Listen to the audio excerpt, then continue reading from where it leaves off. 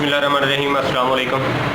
अभी हम बात करेंगे वजाइनल डिस्चार्ज के ऊपर, जिसको लिकोरिया भी कहा जाता है। बहुत सी ख़वातीन ऐसी हैं जिनको ये प्रॉब्लम जो है होता है, लेकिन वो इसको केयर नहीं करती, और एलोपैथिक में इसको वजाइनल डिस्चार्ज कहा जाता है, लेकिन सम टाइम वो ये कहते हैं कि ये सिक्रेशन है और इसका कोई ख़ास जो है वो रोल नहीं है। लेकिन वजाइनल इन्फेक्शन या वजाइनल डिस्चार्ज जो है वो बाज़ दफ़ा बहुत सीरियस प्रॉब्लम भी क्रिएट कर देता है, तो इसको ट्रीट कर लेना चाहिए। अगर इसमें कोई भी आपको प्रॉब्लम है या उसकी यानी येलोविश शक्ल हो या वाइट हो, ये ना देखें कि जी सफ़ेद रंग का हल्का सा वो लिकोरिया या पानी आ रहा है, बल्कि वो किसी भी किस्म का हो, किसी भी शक्ल का हो, उसको ट्रीट करना चाहिए और उसका इलाज करना चाहिए।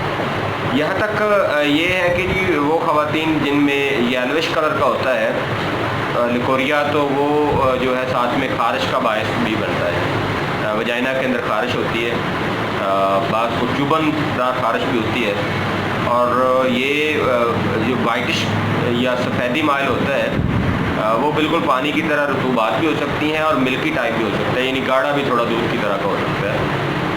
तो खैर बहरहाल ये दोनों या तीनों किस्में जो हैं वो ट्रीटेबल हैं।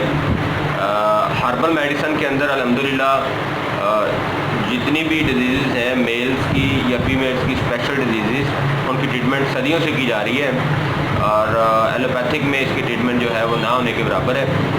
अगर आपको ये प्रॉब्लम है तो उसमें ये देखें कि आपको कौन से टाइप का है, तो इसमें देखना पड़ेगा कि वो गर्मी की वजह से है या फिर असाबी या बलगमी मिजाज या in very state wording alkaline की ज़्यादती की वजह से वो लिकोरिया है, या फिर आपको एसिड्स की ज़्यादती की वजह से वो लिकोरिया है।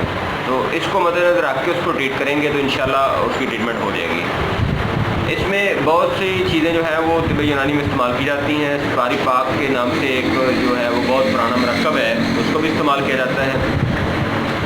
खतूनी के नाम से एक शरबत है, उसको भी इस्तेमाल किया जाता है, और इस तरह से लिकोडीन के नाम से कुछ गोलियां हैं, उनको भी इस्तेमाल किया जाता है। हुब्बे लकोर के नाम से गोलियां हैं, उनको भी इस्तेमाल किया जा सकता है। इस तरह से अक्सीर खतून के नाम से गोलियां हैं, उनको भी इस्तेमाल किया जाता है।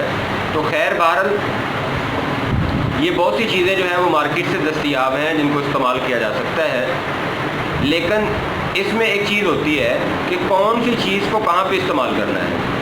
कुछ ख़वातीन जो हैं वो आज खुद या सेल्फ मेडिकेशन करती हैं यूट्यूब से या फेसबुक से सुन के, लेकिन वो डिस्कस नहीं करती अपने केस को किसी भी क्वालिफाइड तबीब से।